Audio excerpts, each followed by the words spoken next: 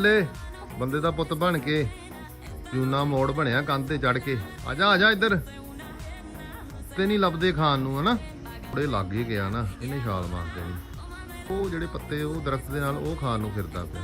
ਠੀਕ ਆ ਦੇਖੋ ਕੰਮ ਇਹਦੇ। ਆ ਜਾ ਥੱਲੇ ਉਧਰ ਛਾਲ ਨਾ ਮਾਰਦੀ। ਤੈਨੂੰ ਲੈਣ ਕਿੰਨੇ ਜਾਣਾ। ਆ ਜਾ ਮੇਰਾ ਪੁੱਤ ਆ ਜਾ ਲੱਗਾ ਆ ਜਾ ਸ਼ਾਬਾਸ਼ ਮਾਰਦੇ ਛਾਲ ਸ਼ਾਬਾਸ਼ ਇਹ ਆ ਲੈ ਇਹ ਬਣੀ ਨਾ ਗੱਲ। ਕਿਆ ਬਾਤ ਹੈ।